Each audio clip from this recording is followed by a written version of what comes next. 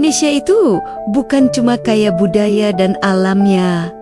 Loh, negara kita juga melahirkan banyak sekali pemikir dan penemu hebat yang karyanya diakui dunia. Banyak dari inovasi mereka yang mengubah cara kita hidup, bekerja, dan berkomunikasi. Tapi, sayangnya nama-nama mereka kadang kurang terdengar. Nah, di video kali ini kita akan kenalan lebih dekat dengan 8 penemu kebanggaan Indonesia yang telah memberikan kontribusi luar biasa bagi dunia.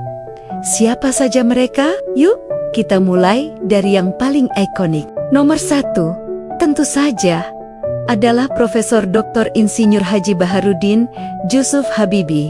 Selain dikenal sebagai Presiden ketiga Republik Indonesia, beliau adalah seorang jenius di bidang teknologi pesawat terbang. Lulusan Jerman ini menciptakan sebuah teori yang sangat vital dalam dunia penerbangan, yaitu teori keretakan Habibie atau Habibie's Crack Progression Theory. Teori ini memungkinkan para insinyur untuk menghitung dengan sangat presisi titik awal retakan pada struktur badan pesawat. Aslinya apa? Pesawat bisa dibuat lebih ringan, lebih efisien bahan bakar, tapi tetap sangat aman. Teori ini menjadi standar dalam industri dirgantara global dan digunakan oleh parusihan pesawat terbang terkemuka di dunia. Kontribusi beliau tidak hanya di luar negeri, tapi juga diwujudkan melalui pendirian Industri Pesawat Terbang Nusantara atau IPTN, yang kini menjadi PT Dirgantara Indonesia sebagai wujud mimpinya untuk menjadikan Indonesia pemain utama di industri dirgantara. Selanjutnya, ada Profesor Dr. Khoirul Anwar. Pernahkah kalian bertanya-tanya siapa sosok di balik koneksi internet super cepat 4G LTE yang kita nikmati setiap hari? Jawabannya ada pada ilmuwan kelahiran Kediri ini. Saat melanjutkan studi dan berkarier di Jepang, Profesor Khoirul berhasil menemukan sebuah konsep yang menjadi cikal bakal teknologi 4G. Penemuannya berfokus pada sistem transmisi nirkabel yang sangat efisien, yaitu Orthogonal Frequency Division Multiplexing atau OFDM berbasis 2 dimensi.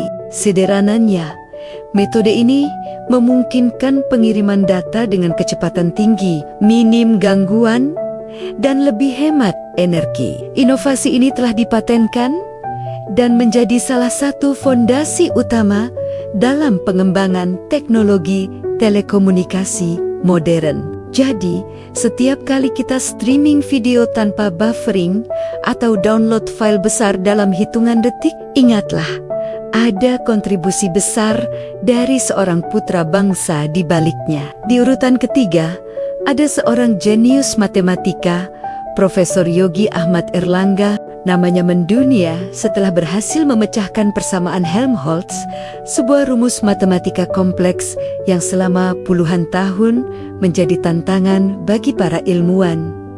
Mengapa ini penting? Persamaan Helmholtz sangat krusial dalam pemrosesan data seismik untuk industri minyak dan gas. Sebelum penemuan Profesor Yogi, perusahaan minyak harus mengeluarkan biaya miliaran dolar untuk superkomputer yang mampu mengolah data ini. Namun, dengan metode yang ia kembangkan, perhitungan yang tadinya memakan waktu berbulan-bulan bisa diselesaikan jauh lebih cepat dan dengan biaya yang jauh lebih murah. Penemuannya ini merevolusi cara industri energi melakukan pencarian cadangan minyak di bawah permukaan bumi, membuat prosesnya menjadi lebih efisien dan akurat. Lanjut ke bidang medis, kita punya Dr. Warsito Purwo Taruno. Beliau adalah penemu di balik teknologi yang memberikan harapan baru bagi para penderita kanker. Inovasinya bernama Electrocapacitive Cancer Therapy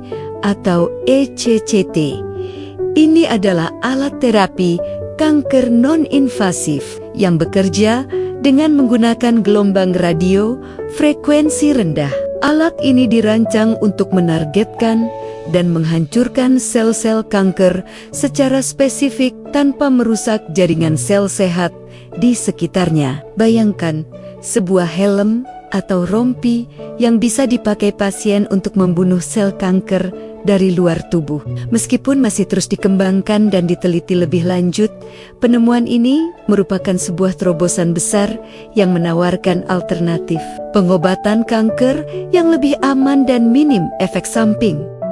Dan tentunya menarik perhatian dunia medis internasional. Berikutnya, ada sosok yang mungkin lebih kita kenal sebagai penulis dan musisi, yaitu Risa Saraswati. Namun, di balik karya-karya kreatifnya, beliau juga memiliki latar belakang akademis yang kuat di bidang mikrobiologi. Bersama tim penelitinya, Risa berkontribusi dalam pengembangan metode diagnostik untuk penyakit menular, khususnya yang relevan dengan kondisi di negara tropis seperti Indonesia. Penelitiannya berfokus pada cara membuat alat atau reagen test yang bisa mendeteksi infeksi dengan lebih cepat, akurat, dan terjangkau. Kontribusi di bidang ini sangat penting untuk penanganan wabah penyakit dan peningkatan kesehatan masyarakat secara luas. Ini membuktikan bahwa kreativitas dan sains